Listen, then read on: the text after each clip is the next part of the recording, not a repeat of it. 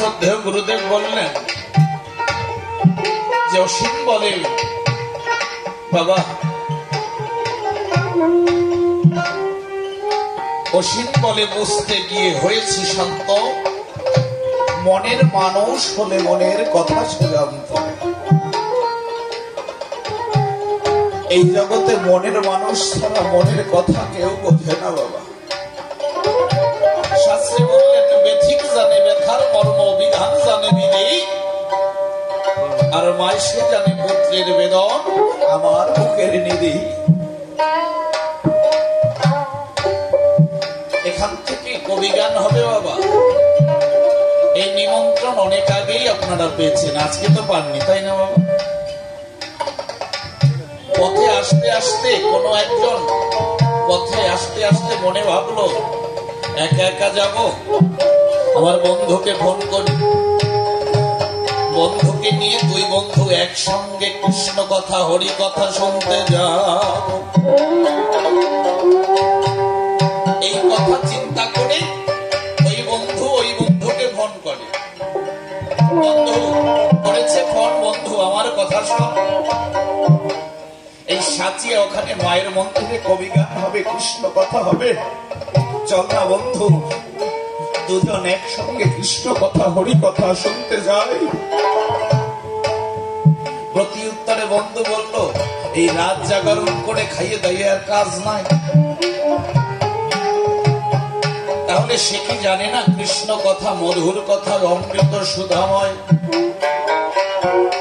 না বাবা, এই কৃষ্ণ কথা হরি কথা আমার সবার কি ভালো লাগে না? যার ভালো লাগে না সেও কিন্তু জানে কৃষ্ণ কথা কবু খারাপ হতে পারে না।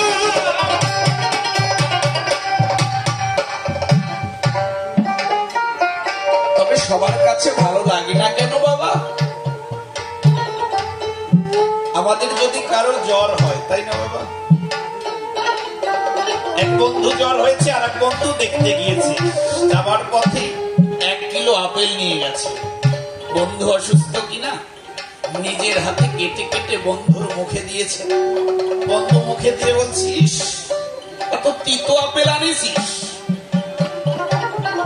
যে বন্ধু আপেল নিয়েছি ওখান থেকে এক টুকরা ভেঙে মুখে দিয়েছি। বললাম দোকানদারকে ভালো আপেল দিতে, কই আমি একটু চিবিয়ে খেয়ে দেখি তো। টুকরো ভেঙে যেই মুখে দিয়েছে বাবা, আপেল মিষ্টি আছে। তাহলে ওর কাছে কেন তিতো লাগছে? কারণ ওর জ্বর হওয়ার কারণে ওর মুখের স্বাদীন্দ্রিয়তা নষ্ট হয়ে গেছে। এই জন্য যাই মুখে দেওয়া হয় না কেন মিষ্টি ফল দিলেও তিতো লাগছে, তাই বলে আপেল তিতো না বাবা। তদ্রূপ বাবা আমাদেরও কয়েকটা মনের রোগ হয়েছে, যার কারণে কৃষ্ণ কথা মধুর কথা যেন সবার কাছে ভালো লাগে। ওই জ্বর সারাতে হলে যেমন ডাক্তারের কাছে যেতে হয়, আমাদের মনের রোগ সারাতে হলেও একটা জায়গায় যেতে হয়। কোথায় জানা আছে কি বাবা? শাস্ত্রে বলল, যদি মনের রোগ সারাতে চাও তাহলে সাধু সঙ্গের বাজারে যাও, সাধু সঙ্গের